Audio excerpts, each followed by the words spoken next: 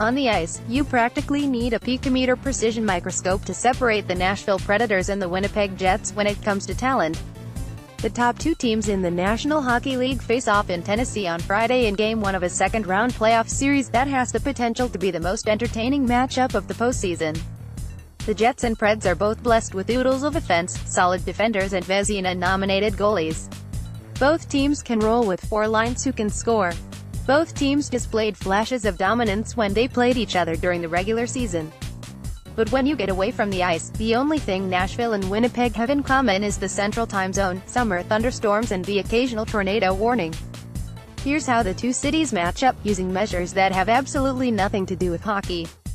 You're so amped up about this series, you're going to read this anyway. The Soggy Bottom Index. Every few years, Winnipeggers justifiably wonder why their city was built in the middle of a floodplain. Some years, the Red River engorges itself to the size of a lake. In other years, the Assiniboine swells up like Brendan Taneve's ankle after a penalty-killing shift. An enormous trench wraps around our eastern flank just to avert floodwaters. To live in Winnipeg is to live with the constant threat of flooding in some form, although mostly that just involves basement seepage. The Assiniboine River crept up the rear steps of the legislature grounds during the flood of the century in 1997. Nashville suffers from periodic flooding, too. City of Winnipeg. Nashville is also a city full of waterways. The Cumberland River, the largest in the Tennessee capital, flooded so severely in 2010, the floodwaters damaged Bridgestone Arena, where the Predators play. Nashville has struggled with the idea of building a flood wall to protect its downtown. The $125 million US price tag is a major obstacle, the Tennessean newspaper says. Advantage, Winnipeg, thanks to the Red River floodway. The only flood to reach Bell MTS Place was defender Mark Flood, who played for both the Jets and the Manitoba Moose.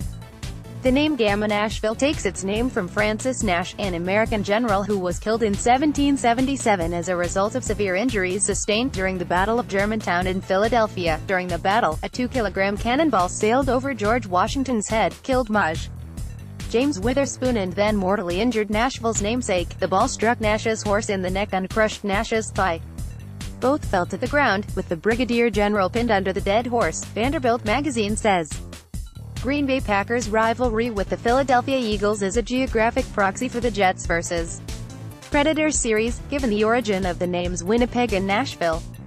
Nick Lapham, Getty Images. The origin of Winnipeg's name has a murkier history, literally and figuratively.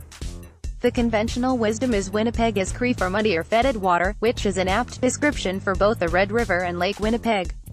But the name Winnipeg may not have had anything with Manitoba. Originally, the first settler use of the term Winnipeg applied to an entirely different body of water, 1,000 kilometers southeast of Lake Winnipeg. That would be Green Bay, a narrow portion of Lake Michigan that juts into Wisconsin. Advantage, no one. Philadelphia might as well be playing Green Bay. Battle of the Bands. Winnipeg loves to pride itself on a music scene that spawned the likes of the Guess Who, Crash Test Dummies, Chantal Kreviazuk, the Weakerthans and Propaganda. Neil Young also spent 4 teenage years in the Manitoba capital, an experience he recalls ever so fondly and don't be denied. When we got to Winnipeg, I checked into school. I wore white bucks on my feet when I learned the golden rule, he sang in the 1973 love letter to his hometown.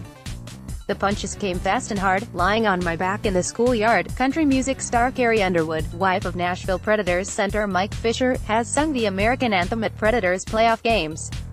Mark Humphrey, the Associated Press. Nashville, on the other hand, is home to thousands of recording artists, not all of whom assemble burrito bowls at Chipotle's. Carrie Underwood, one of the more successful Nashville musicians, is married to a Predator, quasi-retired fourth-line center Mike Fisher.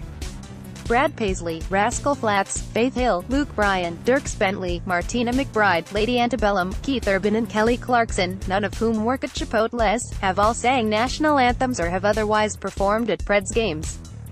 Winnipeg has the Burton Cummings Theatre for the Performing Arts, formerly known as the Walker Theatre, as well as the Odeon Theatre. Nashville has the Grand Ole Opry, which was flooded during the same 2010 deluge that damaged Bridgestone Arena. Advantage, Nashville, by about 7,000 guitars. When it comes to music, it's not even close. Whose cuisine reigns supreme? The most famous food in the Tennessee capital is Nashville hot chicken. The cut of bird is breaded, fried and coated with cayenne or chili, then served on white bread with pickles.